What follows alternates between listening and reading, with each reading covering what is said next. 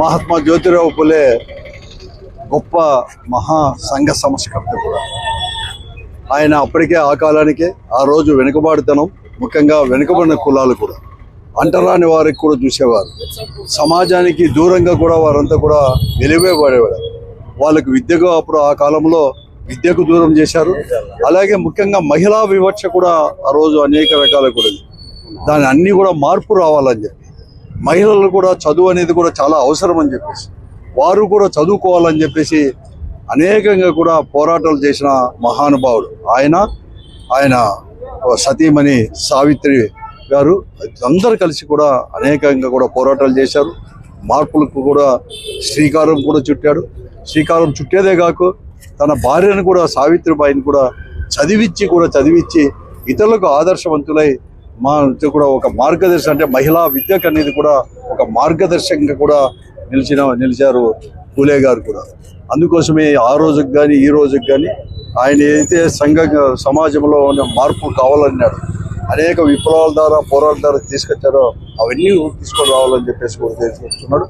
ఈరోజు జగన్మోహన్ రెడ్డి గారు ముఖ్యమంత్రిగా ఉన్నప్పుడు కూడా ఈ రాష్ట్రంలో కూడా ముఖ్యంగా బ్యాక్వర్డ్ క్యాస్ట్, అంటే వెనుకబడిన కులాలని, బ్యాక్వర్డ్ క్యాస్ట్ని బ్యాక్ బోన్గా మార్చే అనేకమైన చర్యలు కూడా చేపట్టడం కూడా జరిగింది. ముఖ్యమంత్రిగా జగన్మోహన్ రెడ్డి గారు వైఎస్ఆర్ కాంగ్రెస్ పార్టీ అధికారంలో ఉన్నప్పుడు కేవలం మాటలకు మాత్రమే పరిమితం కాకుండా ఆచరణలో కూడా ఈరోజు కూటమి ప్రభుత్వం మాదిరి మాటలకు మాత్రం పరిమితం కాకుండా ఆచరణలో పెట్టిన ప్రభుత్వం ఏదైనా ఉందంటే జగన్మోహన్ రెడ్డి నాయకత్వంలో ఉండే వైఎస్ఆర్ కాంగ్రెస్ పార్టీ ప్రభుత్వం అని కూడా చెప్పడం తప్పదు. ఆ రోజు దాదాపుగా కూడా 17 మందిని కూడా ఒకే మారు కూడా ఎస్సీ, ఎస్టీ, బీసీ, మైనారిటీ వర్గాల వారికి కూడా మనకు మంత్రివర్గంలో తీసుకున్నది కూడా జగన్మోహన్ రెడ్డి గారు అని కూడా చెప్పగలదు. ఇవే కాదు, అనేక ఆచరణలో కూడా తీసుకుని వచ్చేసి మరీ ముఖ్యంగా బ్యాక్వర్డ్ క్యాస్ట్లను కూడా అనేక కార్పొరేషన్లు కూడా దాదాపు 52-53 కార్పొరేషన్లు కూడా తీసుకొచ్చి వాళ్ళకి చైర్మన్ హోదా కల్పించేది కాకుండా అనేక కూడా సంఘ సంస్కరణలు తీసుకొని రావడం. మరీ ముఖ్యంగా ఆ రోజు పూలే గారు ఏదైతే చెప్పారో విద్య కూడా, ఆ విద్య అనేది కూడా అందరికీ అవ్వాలని చెప్పేసి కేవలం ధనవంతులకు, వారికి ఉన్నత కులాల వారికి మాత్రమే కాకుండా ఒక పేదవానికి, అట్టడుగు ఉండే వర్గాలకు కూడా చెందాలని చెప్పేసి ప్రభుత్వ విద్యను కూడా ప్రోత్సహించిన కూడా జగన్మోహన్ రెడ్డి గారే. కానీ ఈరోజు కూటమి ప్రభుత్వం దాని అన్ని దానిలో కూడా తిలోదకలిచ్చి ప్రభుత్వ పాఠశాలని ఈరోజు ఎక్కడ కానీ లేకుండా నీరుగార్చిన విధానం కూడా ఈరోజు కూడా అవలంబిస్తున్నారు.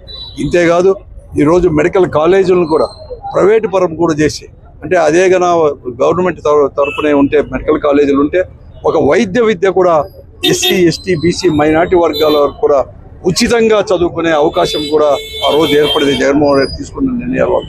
ఈరోజు 17 మెడికల్ కాలేజీలో 7 మెడికల్ కాలేజీలు అప్పుడే పూర్తి చేస్తే ఉండిన 10 మెడికల్ కాలేజీ కూడా ఈరోజు వారికి కావలసిన వారికి ప్రైవేటు పరం కూడా చేస్తున్నది కూటమి ప్రభుత్వం కూడా. ఇలాగా పూలే గారి యొక్క ఆశయాల్ని ఈరోజు వెన్నుపోటు పరుస్తున్నది కూటమి ప్రభుత్వమే.